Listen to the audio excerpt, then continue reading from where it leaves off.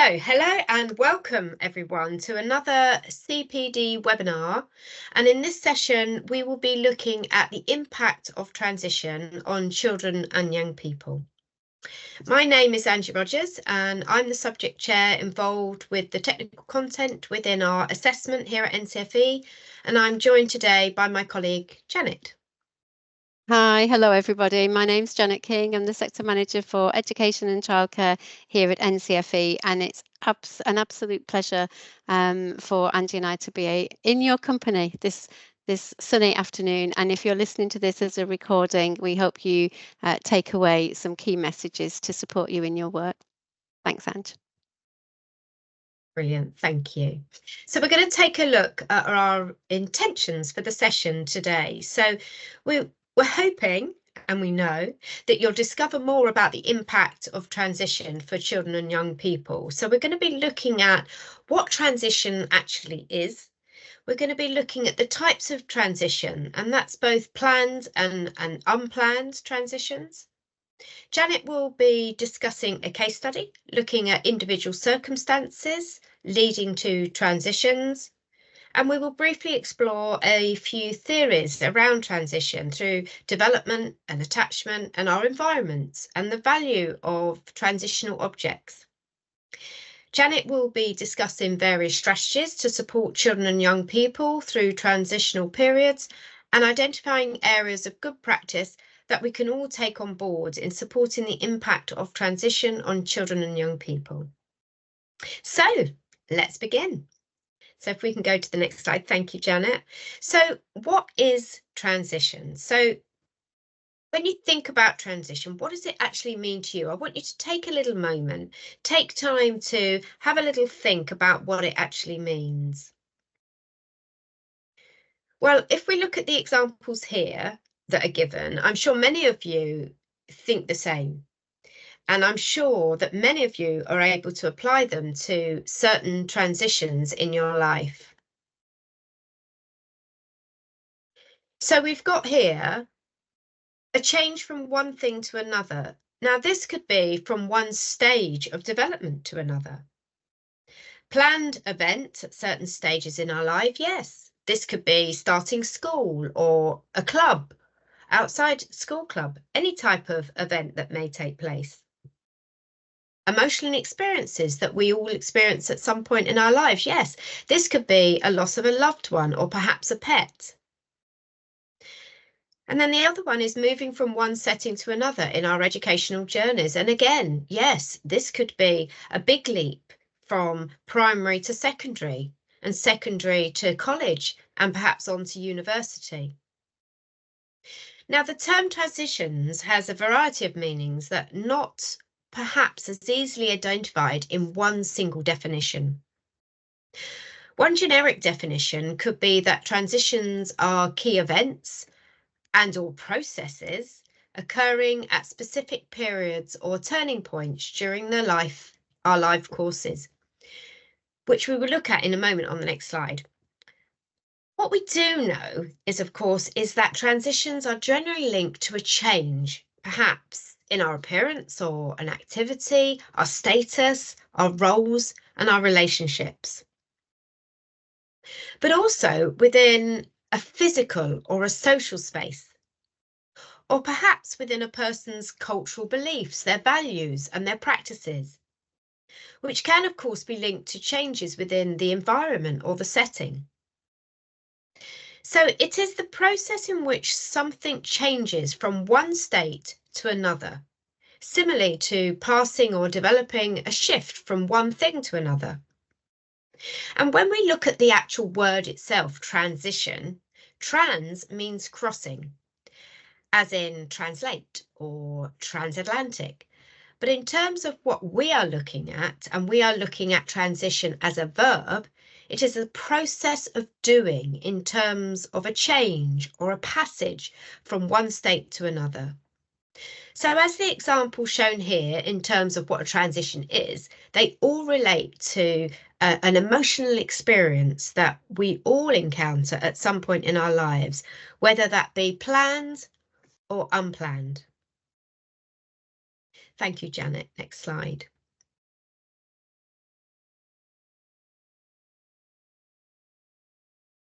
So let's take a moment now to think about what is transition. So as we've spoken about, we all experience transitional periods throughout our lifetime. Some are planned, such as this image shown here on the life stage of a butterfly morphing from one stage to another. We call this planned or expected transitions, changing from one state to another, passing or developing, a shift from one thing or state to another. Most typically in the early years, this may include such things as crawling to walking, walking to running, or nappies to toilet training, bottle or breastfed to solids. Maybe starting childcare setting or a school, or welcoming a new sibling, moving home, or perhaps a change in daily routines. That's just a few examples. And then through our younger years, planned transitions may include more physical changes and through into adolescence, such as puberty and changes to our bodies and our appearance, our body hair and our sexual relationships. And then in our middle adulthood years, our planned transitions may include moving out into our own homes, starting work, getting married or having long-term relationships, or perhaps having children.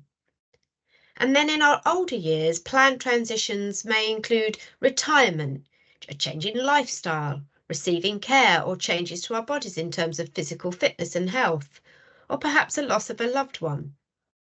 Some changes can be exciting, while others can be stressful, worrying, and upsetting. Remember that the child doesn't usually have to go through transitions on their own. We would hope that they are supported by those around them, including yourselves, but also those around them at home. However, the experience of going through the transition will depend on the kind of responses and support the individual receives at that moment in time. And it's important to bear in mind that the fact that a child's early experiences of transitions will have a really big impact and effect on how they deal with transitions at later stages in their lives. Let me give you an example here. So I'm going to give you an example of Jack. Now, Jack is taking his first steps.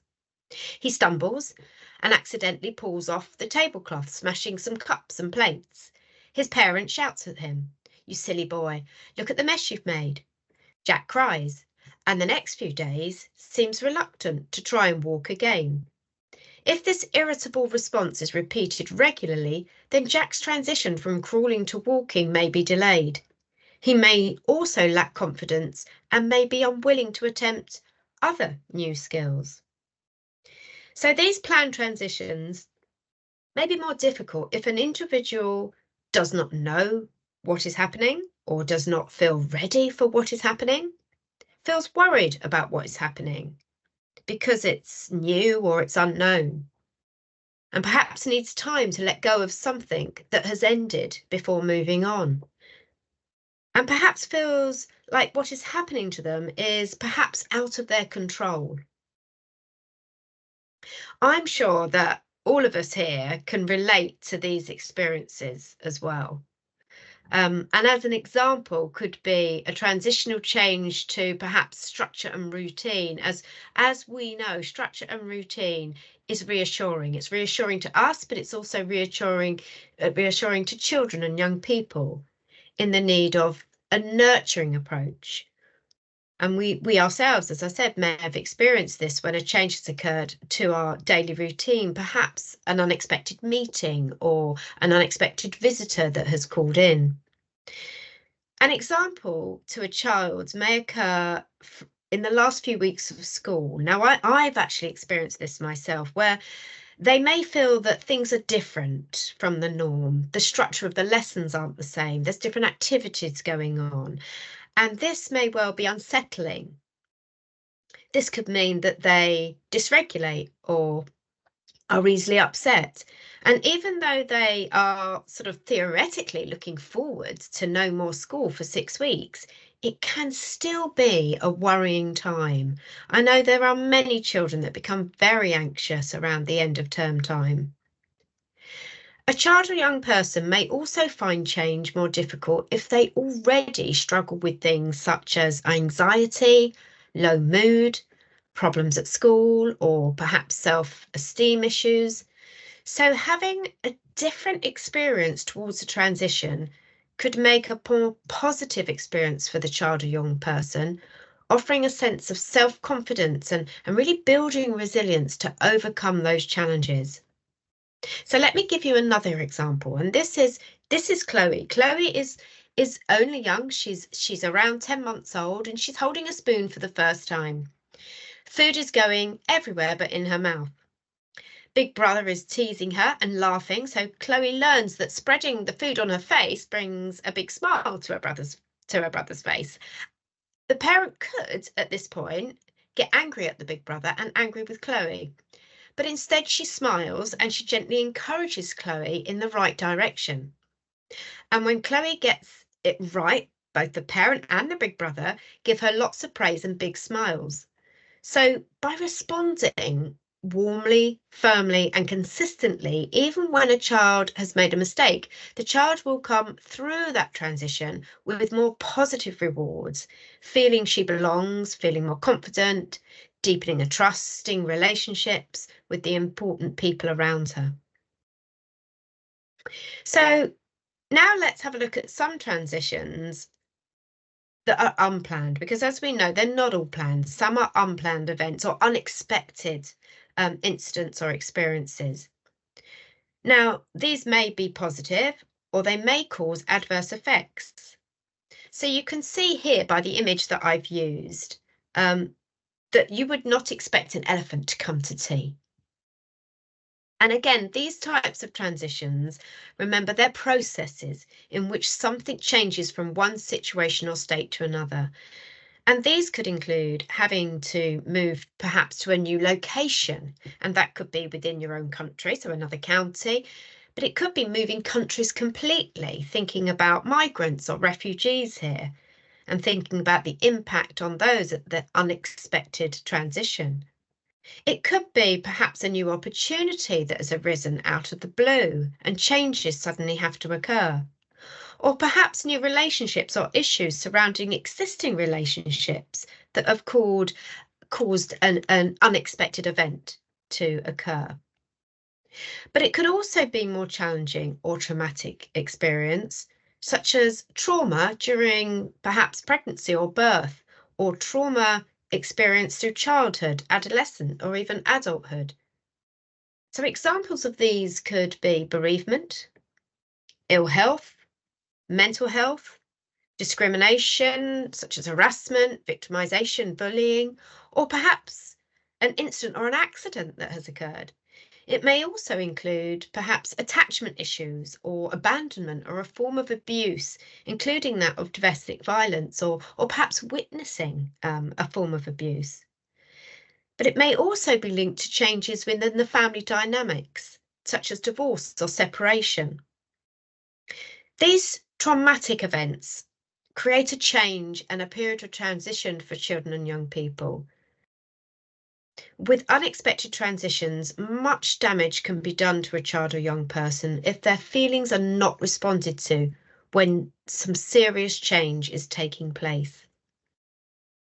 So it's important to note that change and its transition is completely different for all of us, and we will experience it in different ways and in different forms. And getting transition right is vital for every individual. And it's not a single event that merely just happens.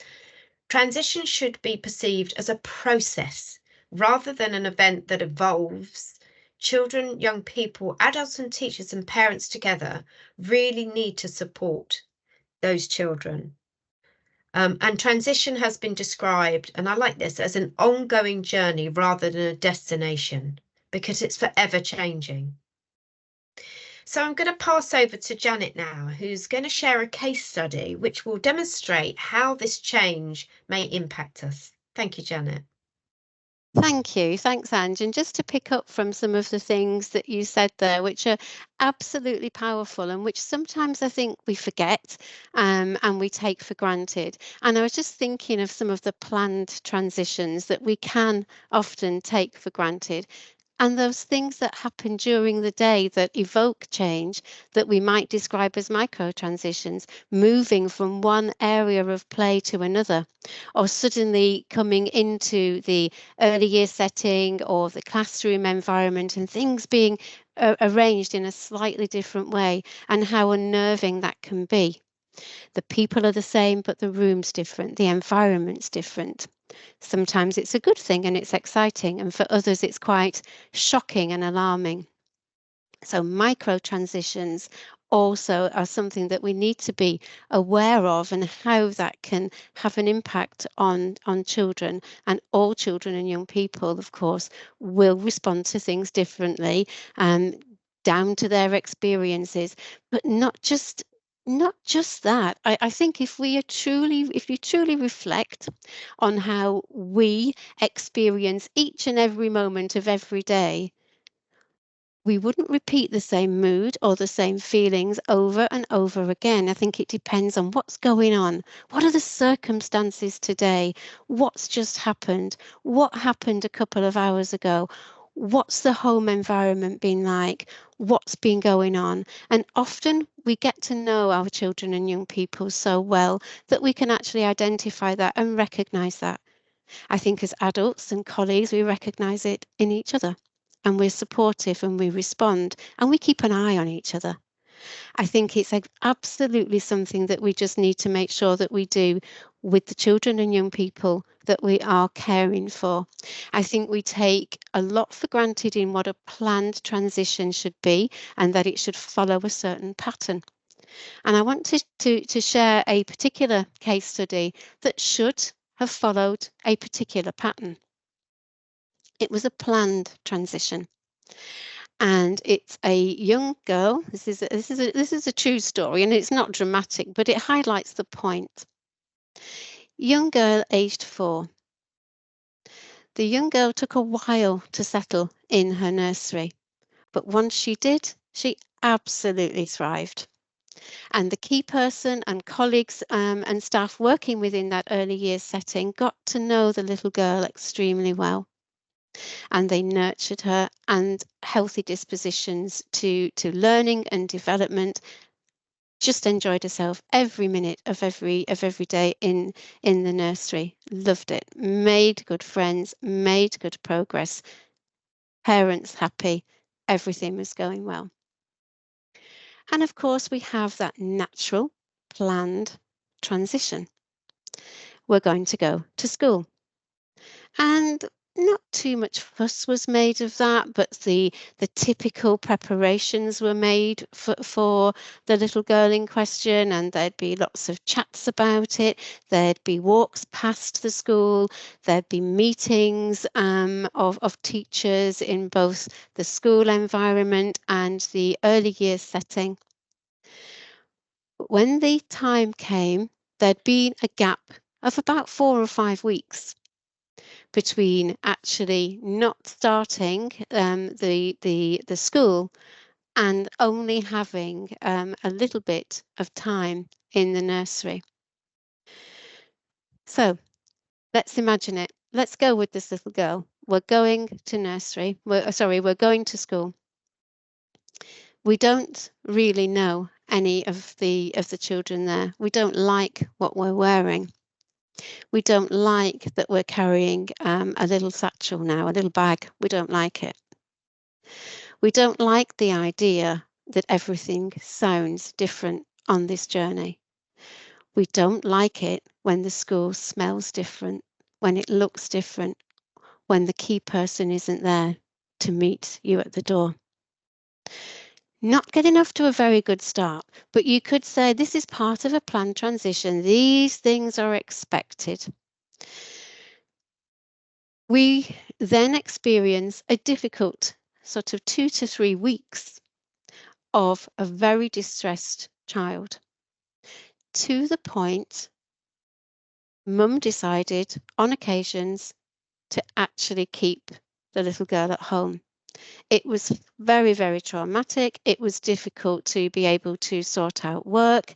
And there were occasions when Mum took that decision, and we could debate that. However, what happened then was, when the young girl did start going back with all, and you can imagine all the effort and the hard work and the encouragement to make that journey. The young girl and the mother were faced with a behavioural disciplinary policy and punishment in a way of, oh, you're bringing Teddy, but Teddy's not helping you to settle, so Mummy is taking Teddy home. And this was the approach. You can imagine what happened. So we are now into our second term, and the situation does not improve. We had a very young child who was absolutely thriving in their nursery. Not much communication has happened, but what happened to actually interrupt and to spoil that transition was the fact that we were looking now at behaviour, that this is a planned transition. It's been a few weeks. The little girl should have settled. We're doing everything we can. We can't learn in this environment. The little toy that you're bringing in, Mummy's taking that back with her now because it's not working. You're not settling. I think we need to see the SENDCO. I think we need to think about behavioural strategies here. So we often underestimate the fear of transition. And I think we often underestimate it in ourselves. And we often, and very often, underestimate what should be a typical planned. Planned doesn't mean it feels okay. And that's the point of that very natural progression. You have to go to school. That very natural progression, and how fearful that can be. And yet, with the investment of time in her initial nursery setting, the child had thrived. It is now and continues to be a very different story. We could debate again, what would you have done? What should or could have been done differently? But the reality is, it is very difficult when faced, I'm looking at it now from the other side, when you have got a classroom of 28 children and a child who is not settling and who is demanding of attention, and if you haven't got the resource and so on to be able to support and do what you know you need to do.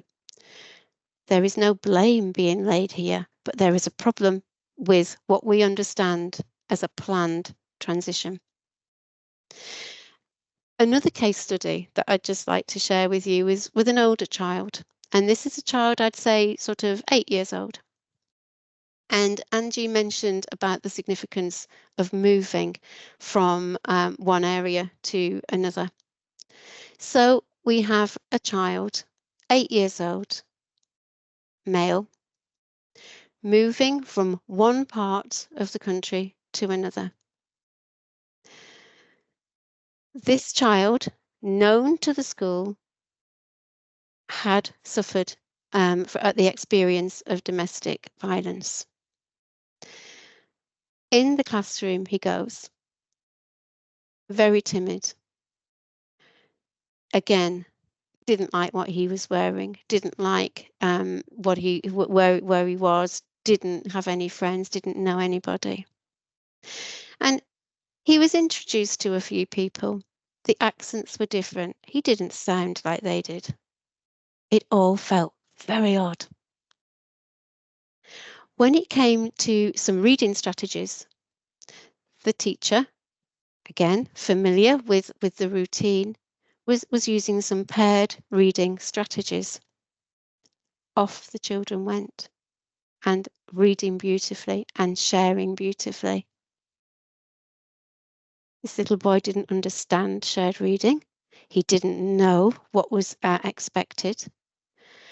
And as a result of that, found it extremely difficult to settle. Peer friendships were interrupted. He felt undermined, he felt inhibited, and this affected the way that he settled. A young boy of 8 doesn't want to be seen to be different than his peers. Nobody does. But that's how he was made to feel. No fault of anybody's, but actually that lack of thought of, oh, I wonder if this little boy has an experienced shared reading. Could we have done something different? And again, you reflect and you think about it. A planned transition, but that little boy had already gone through so much in his life. Planned transitions are scary. If you're going for a new job and starting a new job, we know what it feels like, and it's a little bit scary, but you know what it feels like and you manage and you cope. If you don't know that it's going to be okay when you're younger, because you've never experienced those feelings before, it is very, very frightening. And some children, of course, will interpret their transitional fear in ways that become overwhelming. One of the greatest increase in numbers at the moment is exclusions amongst our young people, and it's getting younger. And those exclusions are down in the main to behavioural related issues. Now, we know that the life of the teaching assistant, the early years educator, the teacher, it's a difficult one, it's a challenging one. Equally rewarding, I like the seesaw, but it's hard work, no two ways about it. However, what we've got to remember is that when we're actually faced with a behavioural change, there is something behind that shield that is absolutely petrified. And it's getting behind that shield and getting to the issues that is so difficult before the actual situation that could be catastrophic happens. So for some children, for some young people, transitions are frightening, and they actually trigger the response that is a naturally learned response of trauma. And Angie mentioned trauma there. So what do we mean by trauma? Surely it's not traumatic to start school. Well, we heard from that case study that absolutely it can be. The way that we speak to young people, the way that we listen to our children, the way that we give our children a smile, we acknowledge that they deserve to be there, we want them there, means the absolute everything to those children who are feeling scared. But trauma cuts very deep, and we start to respond the way that our brains tell us we should respond if we're feeling a little bit scared. For some children, it might just be, oh, I don't like this, I'm going to be quiet, or I'm just going to sit here quietly and I'm going to wait until I can speak to the teacher. For adults, it might be the same sort of thing, and a colleague will come and talk to us, are you okay? For some, there is a response that is incidental, that is absolutely consequential to the experiences that we've had. So what do we mean by trauma, and what relevance has neuroscience to our understanding? If the brain is having that impact that actually we can't regulate until somebody helps us to appreciate and acknowledge that the feelings that we're having require comfort, not punishment, that we are frightened and anxious, we're not rebelling only against ourselves. So trauma, in its most simplistic definition then, arises from that fear. A fear that may be instigated through experience, but one which is so powerful that it influences how we behave. How we approach and view things, how we feel and how we respond. How many times have we thought, oof, that was a bit of a strange reaction. That was a bit of a over the top. That was a bit over exaggerated. No need for that. What if you had no choice? What if that was happening because of a learnt response? So our experiences and our disposition then are intrinsically linked, and that engine controlling all of that is, of course, the brain. And we can't see what's going on. We can only feel it. And if we could only appreciate that, maybe we'd be able to look at this fear rather than being reactive to the behavior. We can learn so much from neuroscience. It helps us to understand how trauma influences and impacts our brain and what we need to know to be able to appreciate this in others, as well as to be able to regulate for ourselves. We all know when we're having a bad day. We all know when we're tired or grumpy or sad or angry. We know, and we do something about it as professionals. Children can't do that. Young people can't do that. So it always comes back to the question, do we know if intervention works? Well, we do know that if we deliver high quality services to people who need them, the right features of quality delivered at the right time can be transformative in most stubborn of circumstances. And that can be as simple as, wow, you did that? That's amazing. Finish that before you come over for the story because that is brilliant. I love that. It might even be just a smile. An acknowledgement that they are there and that they count. So the question then is not whether it works. The question is when it works and how to make it work more.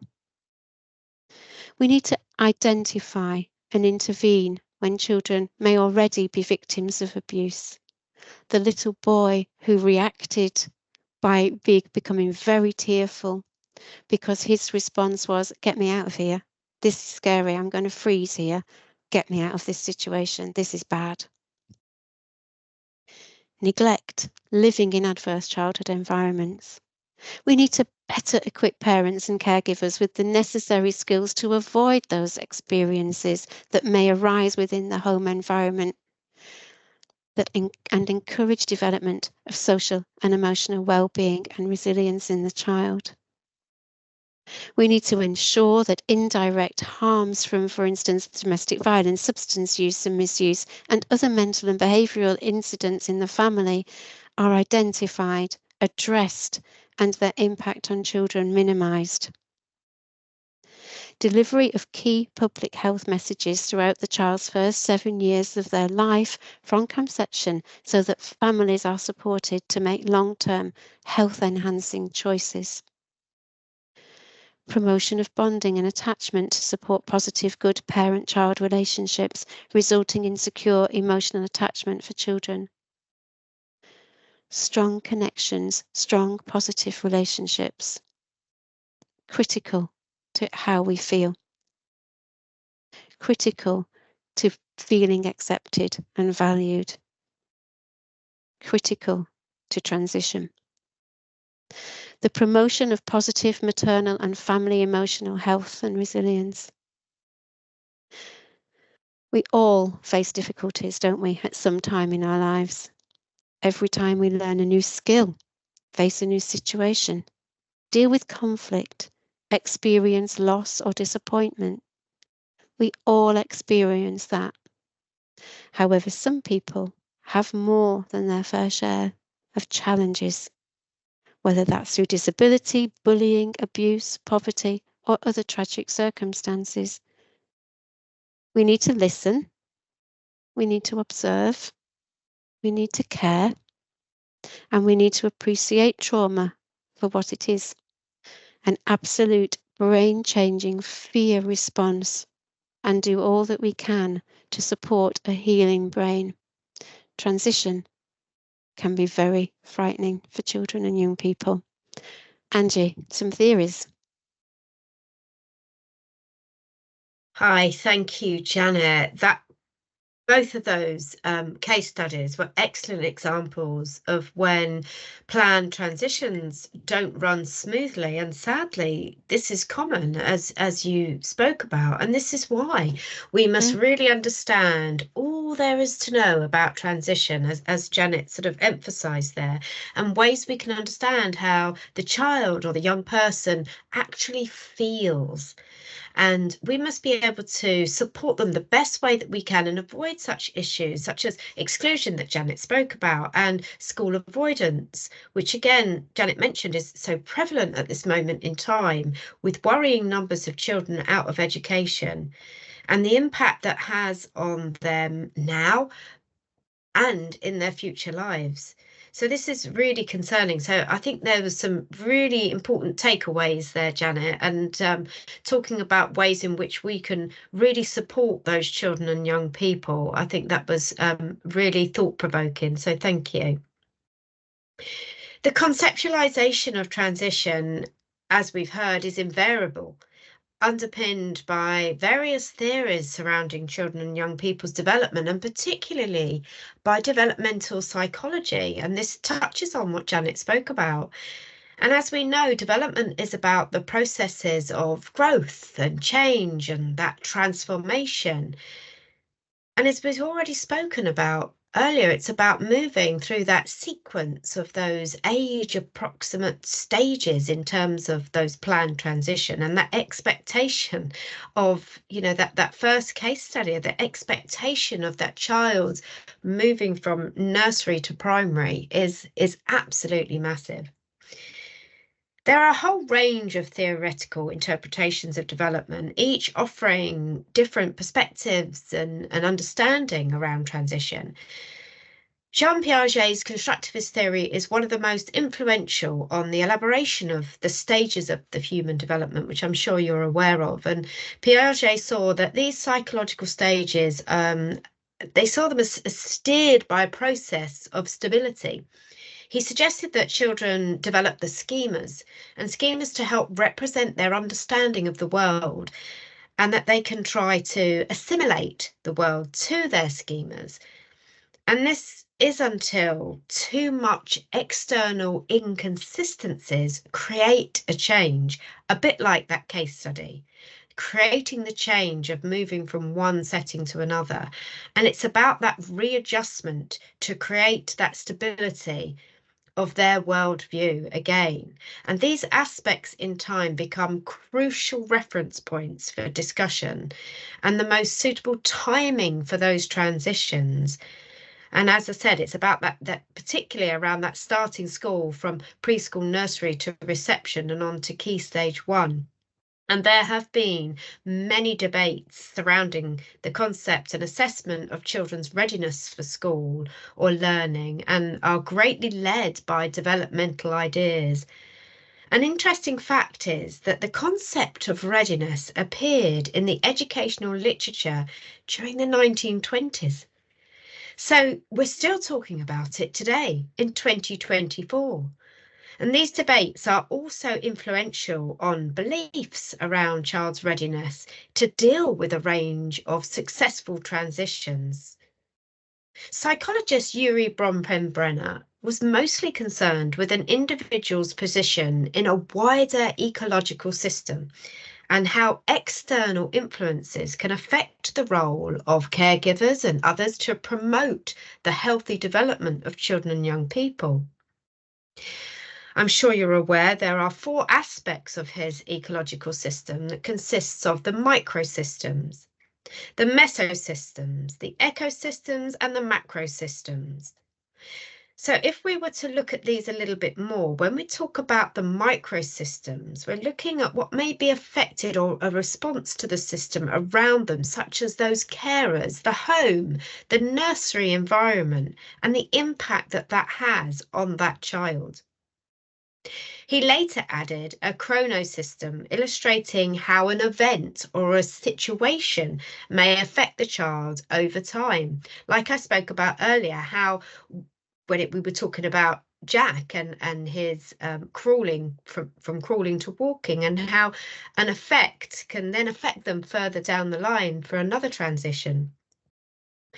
The theory enables professionals to understand what makes human beings human and alter the understanding of what children really need to develop into successful adults.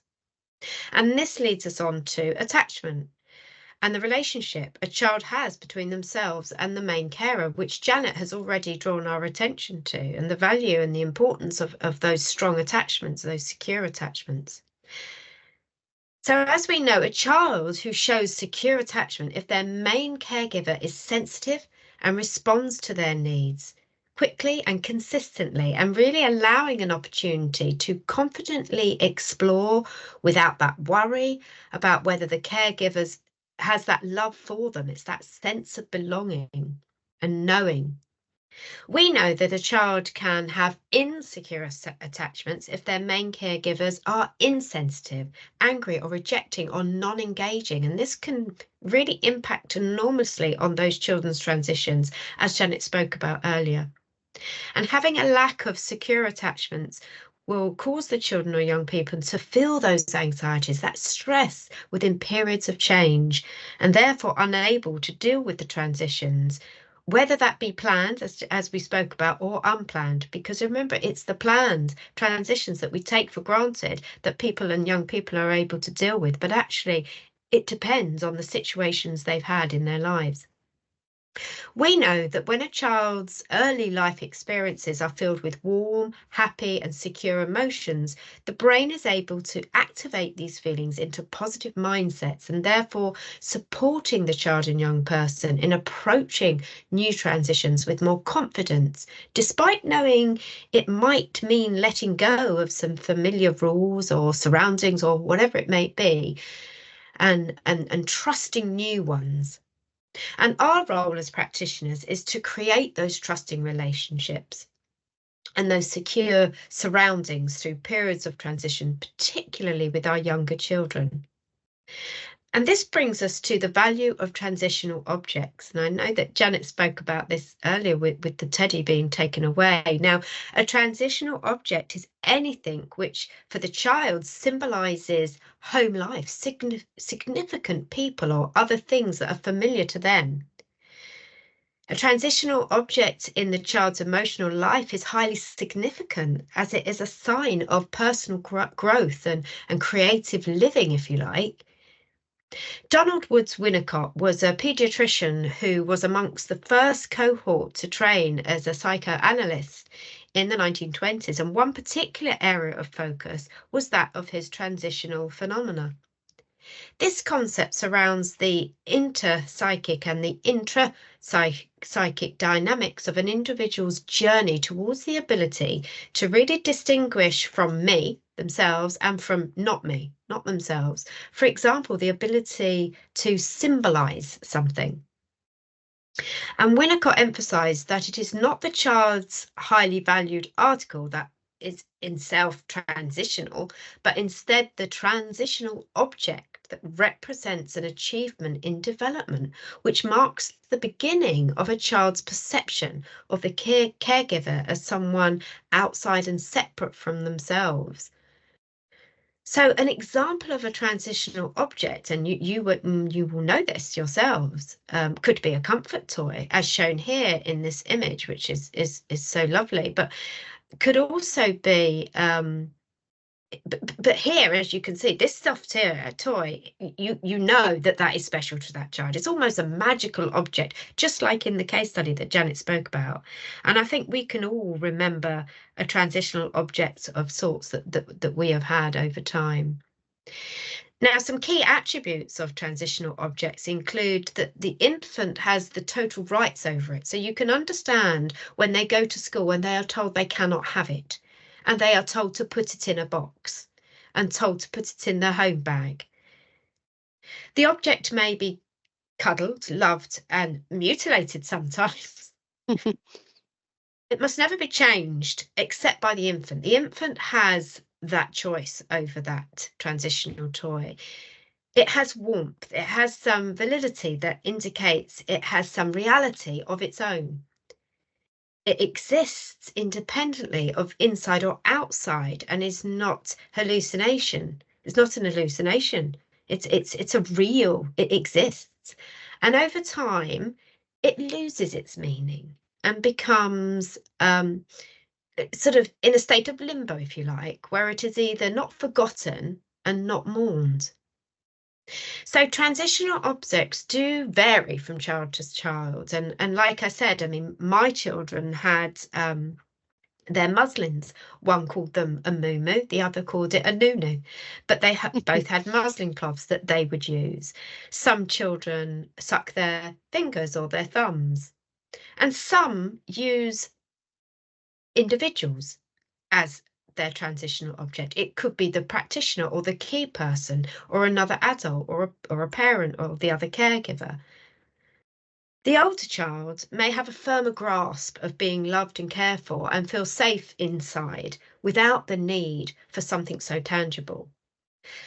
Now, the 3 to 5-year-old child has gone through many transitions, and if everything has gone well, then the child will have a measure of self-confidence and be trusting and perhaps even a little bit more adventurous. We know those children. And this includes having a strong attachment to a parent figure based on affection, improving and supportive relationship experiences. And this enables them to really face that transition to nursery to school. Although a little nervous, and let's face it, having a little nerves is good for us, but it's about that trust in that caregiver, which may be supported by a favourite comfort toy or another transitional object. So again, it is absolutely paramount that we consider every child as an individual and have an understanding that they will encounter transitions in various ways. We just need to be ready. We just need to be prepared. I'm now going to pass back to Janet, who will be looking again at some more ways we can support children and young people through these transitions. Janet, over to you. Thank you. Thank you. So it's wonderful, isn't it, to know that we appreciate transition, to recognise the impact that it can have and the effect that that can have on children and young people absolutely every day and in every different circumstance. So what we do appreciate then is that whatever we might like to think, transition is significant, and it can be something as minor as stopping one activity and moving to something else. So it can be instigated by time, it can be instigated by play activities, by work activities, by staff activities. And what we need to be able, I think, Angie, when you mentioned a sense of belonging, a sense of value, feeling connected, feeling as though you are valued, that you deserve to be there, that somebody wants you to be there. We want that to be something that all babies, children and young people feel, but they don't. And that's what we've got to be mindful, I think, as professionals. We need to always remember that that is not always the case. And that's where that professional knowledge really does come into its own. So transition is significant. We must remember that the strategies that we apply must be child-centred, young person-centred. Making that investment, developing that connection, ensuring that there is a sense of belonging. That's hard work, and that's being part of a professional, making somebody feel special. Hard work. But child-centred approaches are very important. That's why we do the work that we do.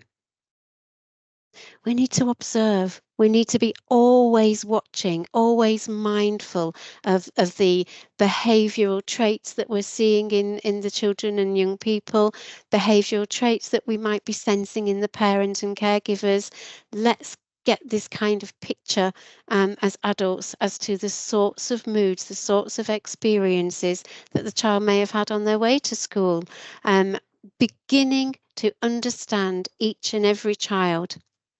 Being mindful of their personal experiences and appreciating that and responding in a caring and nurturing way, remembering that actually anger, anxiety is fear. We're hiding behind that shield and we're petrified. Building relationships, building strong connections. Those relationships, absolutely, with the children and young people, they need to feel they can trust you. Trust can disarm, again, the most angry and anxious person, but trust can be destroyed so quickly. Those relationships, those partnerships are absolutely critical to how transition develops and unfolds and grows and blossoms. I love the idea of that transitional period, that transitional object, when Angie was talking there about Winnicott being replaced by something else. That idea of, okay, I don't need that now to feel safe. I need my school, my environment, my home to feel safe. We need to be inclusive and make sure that what we are offering brings in the child in an inclusive, child-centered way, involves them in decision making, that we don't impose the day upon them, and that we continually advocate for the child and the young person. What do we know? What do we need to know if things aren't going as we might expect them to? And more importantly, what are we going to do? How are we going to make sure that the child who is distressed, the child or young person that's very angry, the child or young person who continually doesn't conform, whose behaviour is continually an area of concern for you because it's, it is interrupting the order of the day, and that has to be a concern. What do we do about it? And we have to try and get behind that shield, because the shield is hiding and it's shielding pain. The anger is the pain, is the fear. And we've got to try and remember that. So on this next slide, let's have a look if it'll move on. There's just some ideas of good practice.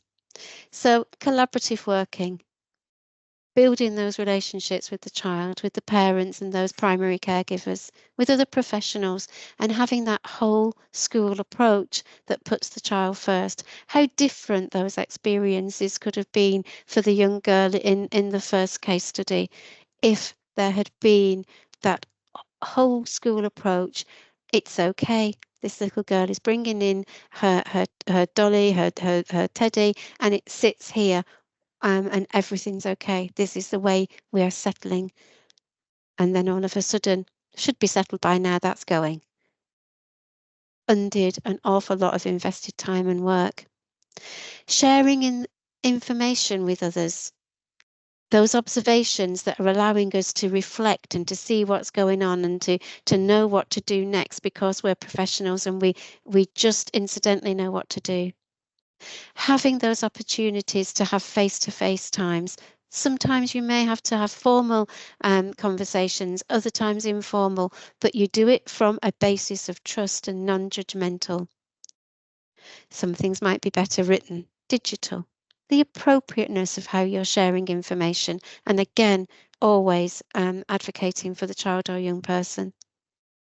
Identifying gaps in children's learning is why early intervention and support is there, allowing children, as we say, to be part of that process, to be part of the goal setting, to take some control, to feel that sense of value, to understand and feel self-worth, to achieve a sense of belonging, to know that they count, and to slowly turn that fear into trust and into a relationship where they feel they are on an equal footing. And wow. Thank you so much, Janet. That was really informative, and I really love those approaches and those strategies. That was really something that I'm sure that we can all take away from this session. So thank you for that. Wow, so let's have a little look now and have a reflection really on what we have looked at in this session. So we know what transition means. We know the types of transitions children and young people may experience. And through the case studies that Janet shared with us, it's really having that understanding of the individual circumstances leading to those transitions and the experiences that children are feeling through those transitions. We also looked at knowing the importance of the stages of development and how each and every one of us is completely unique, and understanding those attachments and its value and the impact on future transitions, as well as the value, as we talked about, the transitional objects. And knowing ways to support children and young people through these transitional periods and through those range of strategies, I think has been really helpful. So thank you. And remember, children face transitions with a variety of experiences, some positive and some negative, as we've spoken about, and they will nearly always be anxious. And having an awareness of these experiences and what might be going through their little heads and giving a sensitive response should really help bring them through that transition and lead a stronger, more confident and rounded individual. So thank you. I just want to go to the next slide now, because we have here, Janice put on a few relevant links for you to access following on from today's session. So I can see there's some really valuable links into the neuroscience and the Kindred Square program, which is excellent. So do take time to have a look at those signposting. And then this slide here just sort of shows you that we have far more free CPD sessions on our Education and Early Years Toolkit here at NCFE. So this is why we are recording this session, so that we can put it on the toolkit. So if you wanted to recap or gain some more information, then you can do so. So thank you for listening today, and thank you for taking the time to come today on this sunny day that I'm sure most of you have got a little bit of sun. So these are our contact details on the last slide, that if you have any information regarding this session or further sessions that you'd like to share with myself and Janet, we are always keen to listen and to be able to put on some further CPD sessions that may support you. So thank you, everybody.